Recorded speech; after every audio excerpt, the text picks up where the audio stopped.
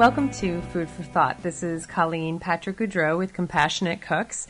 I founded Compassionate Cooks to empower people to make informed food choices and to debunk myths about vegetarianism and animal rights.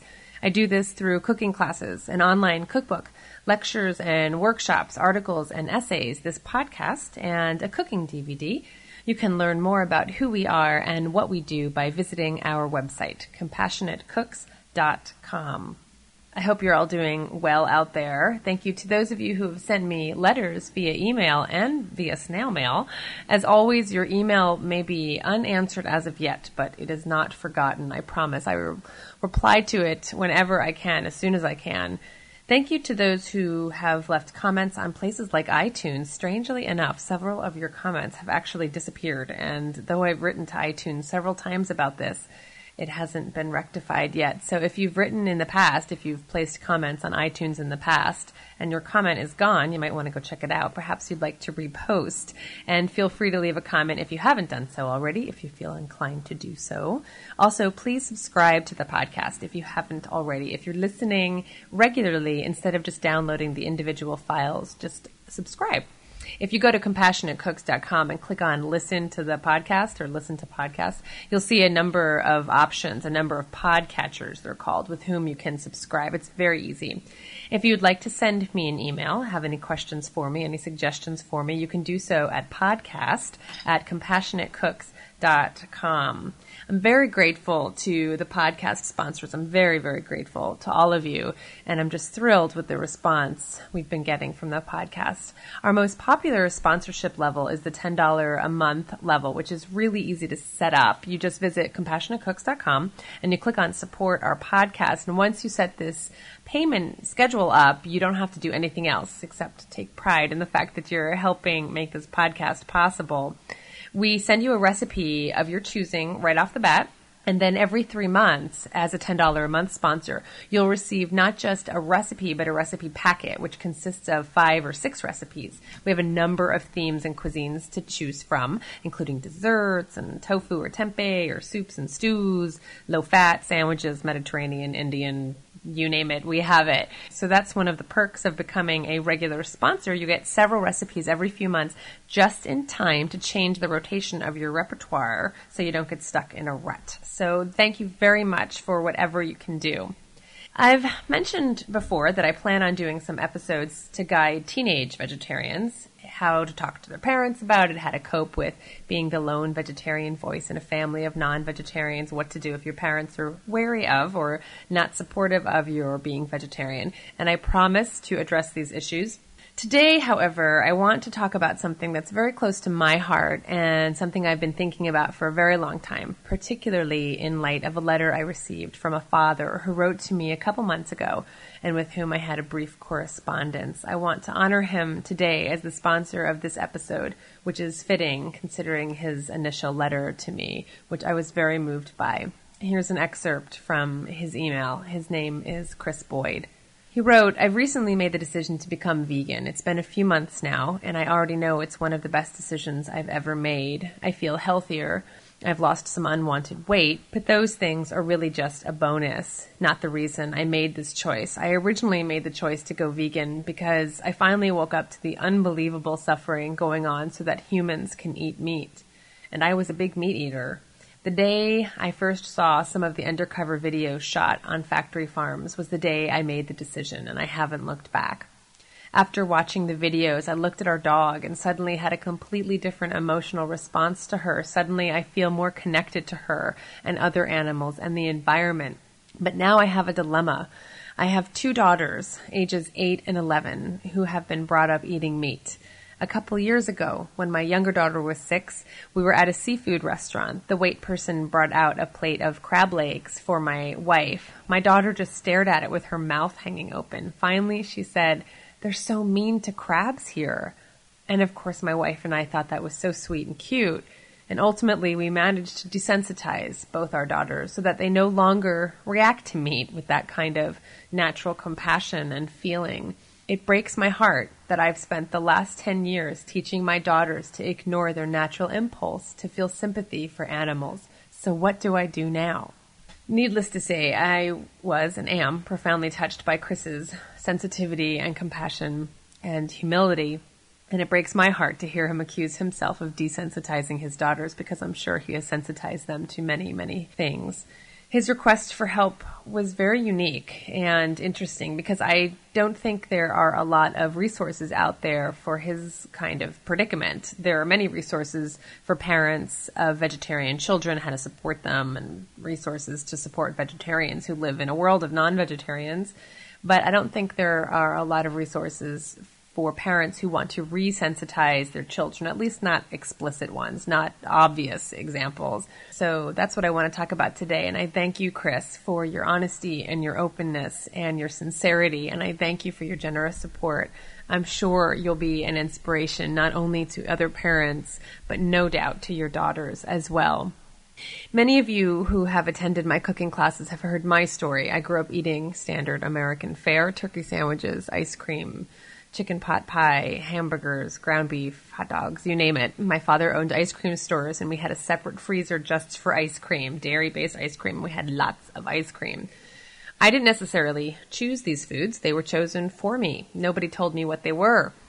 And when I asked, my parents and the adults around me, other adults around me, either evaded the question entirely or deceived me completely. Early on, I learned that animals were arbitrarily categorized in our society into those worthy of our compassion and those undeserving of it because they happen to be of a particular species or bred for a particular use. I learned puppies good, calves food. I remember the day we adopted our dog. I begged for the gray one, and though my mother insisted we should get the black one, I've always wondered if I was the one who persuaded her to get the little gray one. She barked more than the others, which my mom complained about, but she and I bonded right away, and I couldn't wait to take her home and give her all the love I had. I loved animals deeply, probably no more than most children, but I was always very, very sensitive to suffering. I still am. My heart literally aches if I see someone suffer, particularly animals and children. It's the suffering of the helpless that has always made me react very strongly. And my parents and my sister did accuse me of being emotional, but all in all, they were supportive of my desire to help. When a bird fell in our yard with an injured wing once, I built a little house for her until she was well enough to fly again. If homeless dogs made their way to my doorstep, I brought them in until I could find their people. I don't mind telling you that my mother had to carry me out of the movie Benji when I was crying so hard. I must have been 4 or 5 years old. I was absolutely sobbing. There are movies that do that to me today. I don't know if you've ever heard of these films. Robert Bresson's movie Balthazar. Unbelievable, beautiful, beautiful film, but also very painful. Vittorio De Sica's Umberto D is a fantastic film, and a French film that came out about 10 years ago about a little girl named Ponette. The name of the movie was Ponette. And these are some movies that affect me very deeply. I do watch comedies sometimes, but I'm very drawn to stories about how we treat one another and how we create suffering and how we overcome it. So anyway, my parents were pretty supportive of these episodes when I was young, helping me help the bird and helping me help the dog. And like most parents, they dressed me in clothing that depict adorable baby animals. They hung pictures and mobiles of animals in my room. They bought me stuffed animals that eventually crowded me out of my bed. They read me tons of books about animals or books that used animals to teach lessons of respect and compassion. Books that used animals to teach me how to read, how to count, how to spell. Really fundamental lessons. We sang songs about animals when we were children, songs by animals, right? We played games that mimicked animals. We played in playgrounds where murals of animals and where slides and swings and toys all depict animals. But what they didn't tell me was that they were feeding me the dismembered bodies of animals, the very same animals I was brought to the zoo to admire, the very same animals whose wings I helped mend.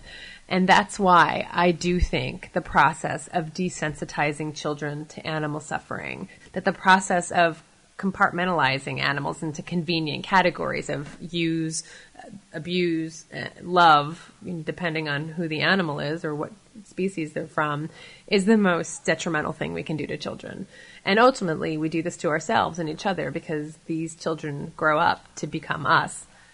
When I was old enough to understand that I was eating animals, I was told that they gave their lives for us. And yet I've never heard of an animal who sacrificed himself for human pleasure.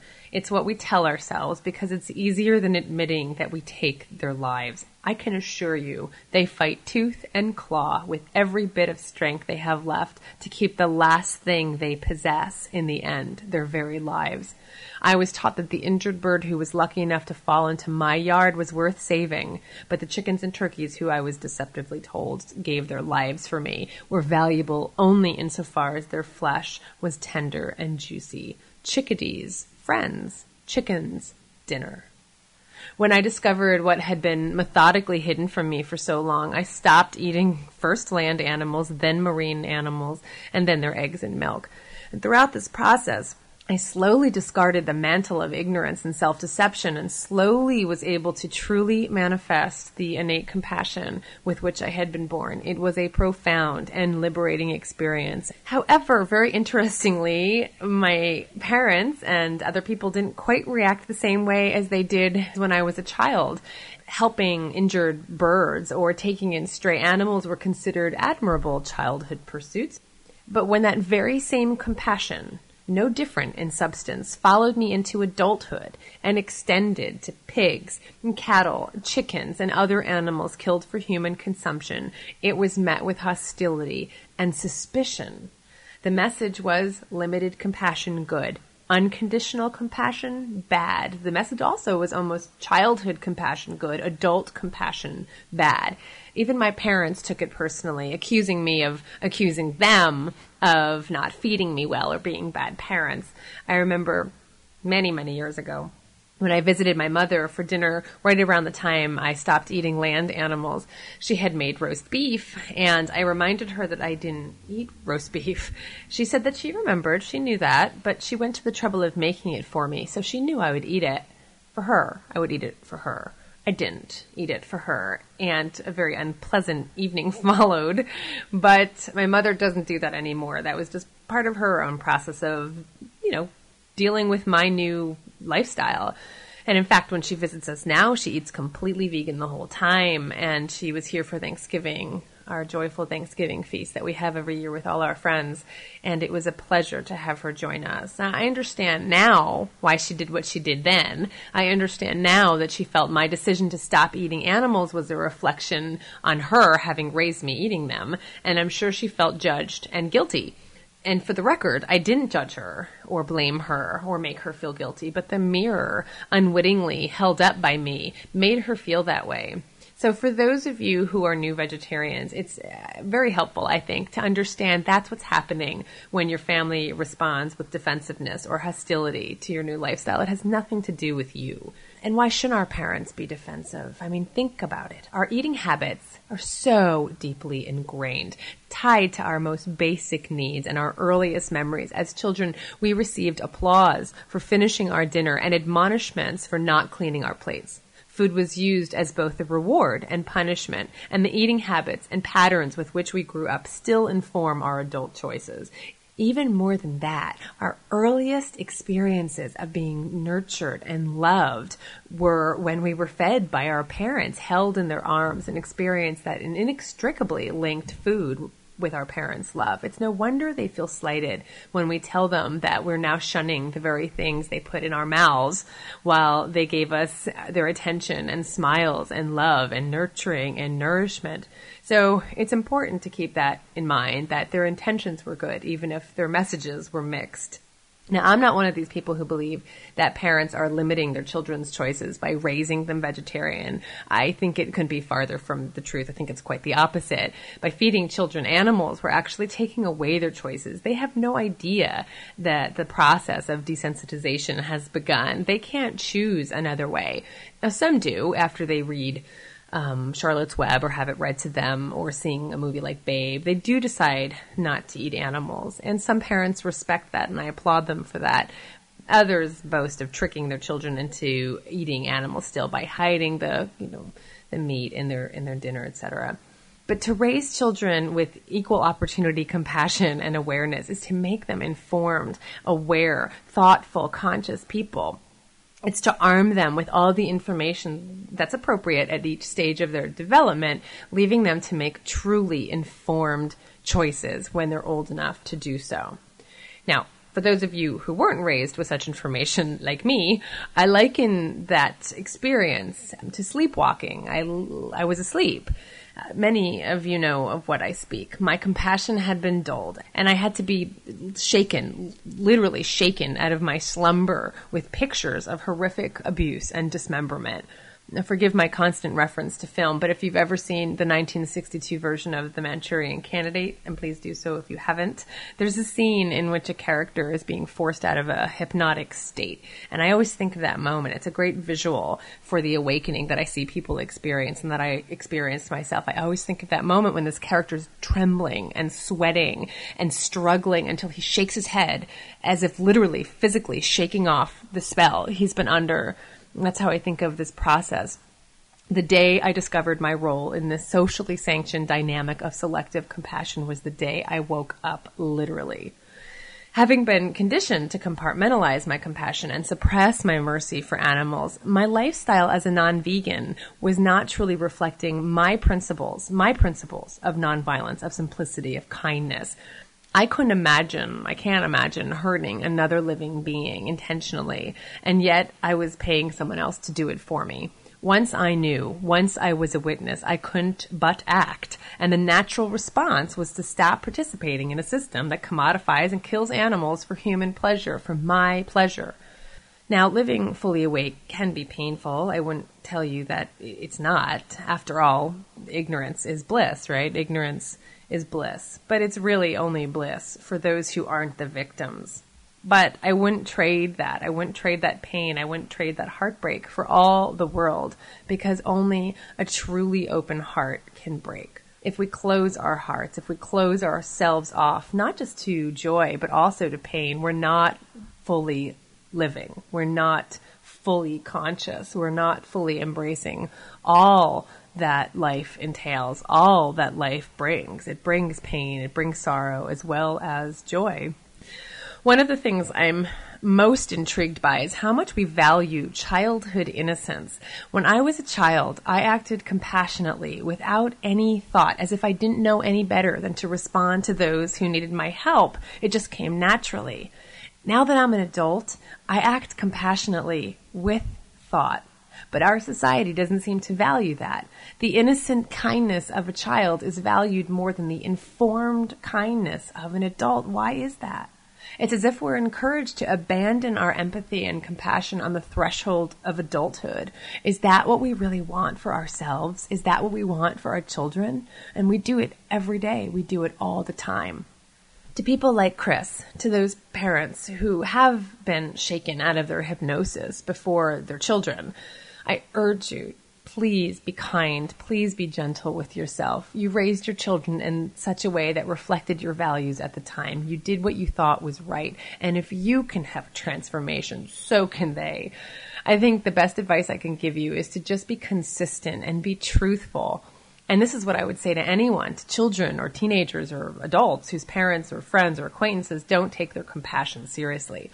Talk to them. Talk to your parents. Talk to your children. Tell them why you've changed the way you eat. Tell them how it makes you feel that you didn't tell them what it was you were feeding them all along. Give them the space, respect, and time to have their own experiences, their own transformations. Whenever I hear about people who've been raised vegetarian, sometimes I think they're so lucky. But frankly, I wouldn't trade my experience of awakening. It was profound and life-changing. Let them have their experience. Let them have their transformation. Also, I don't think it's effective to forbid your children to eat meat outside of the house when you don't have control over what they're eating, particularly if you're a parent in Chris's position where you raised your children as meat eaters and now you're changing the way everyone eats in the house. You have to learn how to deal with that process that takes place for the children in their social situations. You know, they have their own friends and they have their own social interactions. And so that will be part of the process of communicating how this feels and what this means. And again, part of them actually taking on that consciousness and taking on that understanding that will come very naturally. So I don't think forbidding your children to eat the meat outside the house is going to be effective. I think if anything, they'll just rebel. I think it'll backfire. There are wonderful humane education resources out there that I think would also be really helpful that you can look at together as a family and that you can read as a parent and that you can give your children to read as well on their own. Check out the International Institute for Humane Education. The website is www.iihed as in dog, iihed as in dog.org, and that link is also on the Compassionate Cooks website. They have lots of resources on their website, and you can contact them for more. Let your children know they can ask any questions they might have and respond with truth, as I said before. Be consistent, be compassionate, and be patient. I think the power of example is the most profound gift we can give to one another, and I think it's one of the most effective, powerful things, particularly in terms of animal consciousness. And it's why I think having other like-minded people in your life is also really helpful, not just to raise the consciousness of your children, but to provide support for you as well. Find a vegetarian meetup in your area, start one yourself, host vegetarian potlucks. I don't care. Just do something so that you're finding like-minded people. They're out there. I promise you they are out there. If there are any vegetarian groups or animal groups in your area, contact them. They have the resources that you need. I admire you. I admire all of you. I admire you, Chris. I admire all of you who are open. I don't necessarily admire people because they're vegan. I admire people because they're open, guiding others along the way. I think it's so silly that we place so much emphasis on celebrities being good role models for our children, whether they're athletes or actors or models or whatever. I don't think they have some greater responsibility for being role models for society's children, good or bad. I think we all have that responsibility. The neighbors, the mail carriers, the teachers, the doctors, strangers, passersby, we all have a responsibility to demonstrate kindness, compassion, empathy, respect, and integrity, to mirror that to our children, to society's children, human and non-human, young and old, wherever someone is on their path. That's what we need to mirror to one another. We can re-sensitize each other by displaying these values in our words, in our actions. Even if we've been part of the desensitization process, we can turn it around. It takes courage to say that we were wrong. It takes courage to admit that we didn't know better at one time. It takes courage to commit to doing things differently once we do know. It takes courage and integrity. And by embodying these qualities in ourselves, we inspire others to find them in themselves. The process of desensitization was full and complete by the time I was a young adult, really by the time I was a teenager, and I'm just grateful it wasn't irreversible. I willfully and willingly rebelled against every message I received that told me to turn back, to return to my sleep, to return to my ignorance. It certainly would have been a lot easier. But I rebelled, and I fought, and I continue to defy anyone who insists there's something wrong with unfettered compassion. If that's my legacy, if that's the worst thing I can be accused of, then I wear that criticism with pride. May you create for yourself and the children of the world a legacy of unabashed, unconditional, unrestrained compassion. May we all re-sensitize one another and help break the spell under which we've been living. For the animals, this is Colleen with Compassionate Cooks. Thanks for listening.